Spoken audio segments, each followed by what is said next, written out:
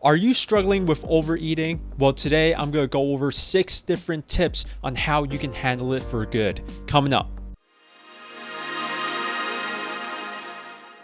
Hey, what's up? Newton Kwong here, helping you with long-term tips and strategies on how you can eat better and live healthier. All of the information in today's video is for educational purposes only. It is not medical advice, and if you are looking for it, then please consult with your proper healthcare professional. Tip number 1 is to eat more whole, minimally processed foods. Ideally, you want to have a good variety of vegetables, fruits, high-quality sources of protein, complex carbohydrates, and healthy fats. Some of the foods that you want to have are dark leafy greens, also a variety of different colors in your fruits and vegetables. High-quality sources of protein, including whole cuts of beef, chicken, turkey, eggs, beans for those of you who don't eat any meat. The reason why you want to eat these foods is because they're higher in nutrients and they provide greater satiety. When you eat these foods, you'll be fuller for longer because of its high fiber and high protein content, as well as its high water content when you're considering vegetables and fruits. In addition, you have more bulk in the food, which takes up more room in your digestive tract. How you can tell if a food is whole and minimally processed is if its ingredients list is short. Typically, it's just one ingredient, which is the food itself. And if you can tell what the food is because it most closely resembles its natural form. So what you want to do is you want to base most of your diet around these foods, and you're going to see that the temptations and the cravings for other less unhealthy foods are going to go down. Tip number 2 is really just a corollary to the first tip, and that is to limit your consumption of highly processed foods. Now, these are the types of foods that you can't really tell what its ingredients are. You can't tell what its original form was. They're also foods that come in packaging. They're usually stocked in the shelves of your supermarket, and they contain a lot of ingredients. Some of those ingredients include sugar, fat, salt, basically the things that make foods super tasty, super palatable, and leave you wanting more. If you step into the mind of a food manufacturer, what they want you to do is they want you to continue purchasing more of their product. These processed foods are designed with the intent to have its consumers eat as much as possible without getting satiated and buying more.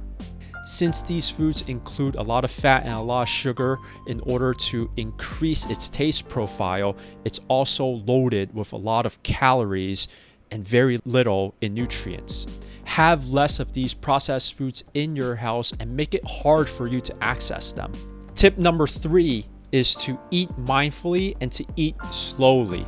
The reason why this is so powerful is because most people, they are not in touch with their own internal hunger cues. When we are not aware of when we are actually full, then it's obviously very easy to pass that limit and to overeat. When you eat slowly, you can be more mindful of how you actually feel.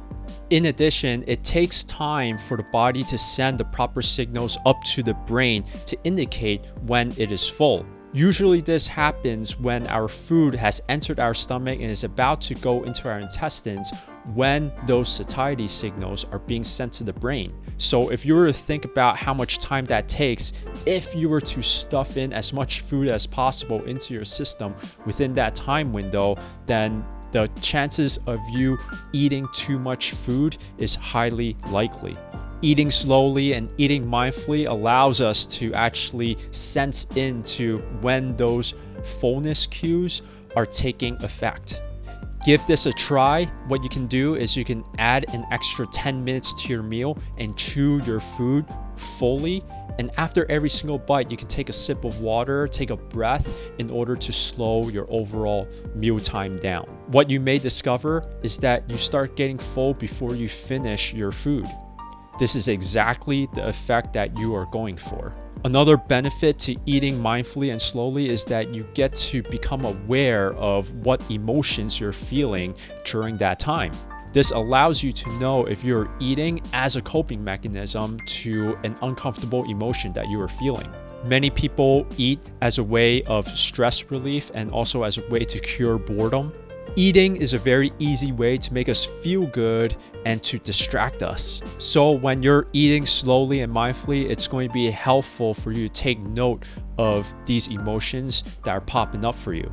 The fourth tip is to increase the amount of restful sleep that you have. Not getting enough sleep, sleep deprivation is going to disrupt the hormones that regulate our hunger, and that can lead to more temptation throughout the day. In addition, we'll be less likely to make clear-headed decisions and be way more susceptible to caving into cravings. In fact, sleep deprivation can make the uncomfortable emotions that I was talking about earlier even worse. Therefore, making eating our favorite food an even more attractive option to deal with the stress from sleep deprivation.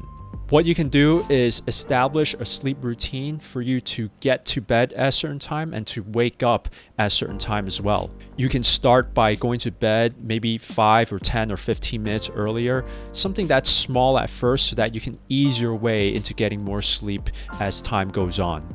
Hope that you're enjoying the tips so far, and if you've gotten value out of this video, then please like this video, consider subscribing to my channel for more tips just like these. And the question of the day for you is, which tip have you found most useful so far? And how are you going to apply it to your life? Let me know in the comments down below. I am looking forward to hearing what your response is. The fifth tip is to stay hydrated. Like I said before, most people, they are not in tune with their hunger cues.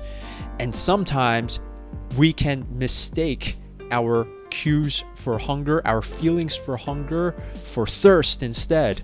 So we want to be able to prevent that, and we want to be able to check in with ourselves by staying hydrated, drinking water, in order to rule out the possibility that our hunger is actually thirst. What you can do is to drink water throughout the day, and also to drink water when you feel like you want to eat.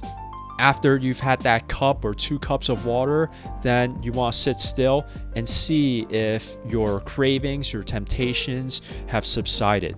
It's also a good habit to have water with you while you're eating your meal. Previously, I mentioned that you can use water as a way to elongate the time of your meal to help you eat slower. Plus, drinking water during your meal is going to put more volume in your stomach, which is going to give you the effect of fullness as well. Stay hydrated, rule out the thirst before we assume that it's hunger.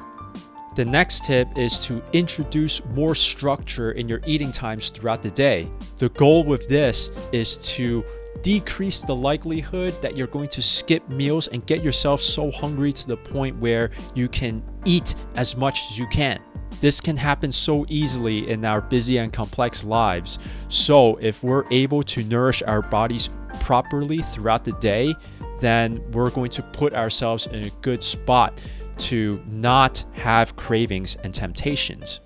No epic binges here, so if you get the chance, prep your meals beforehand as much as possible, or you can have a go-to supply of quick or easily preparable foods. The more prepared you are, the less likely you'll be blindsided by sudden urges. Overeating is quite common, so if you find yourself doing it, cut yourself a little bit of slack. Don't beat yourself up too much over it. Follow the tips as best as you can and see if they can help you reduce your chances of getting into situations like that. Try them out. Let me know what you think. If you have any questions whatsoever on anything that I've talked about today, then please post it in the comments below, and I will see you in the next video. Peace.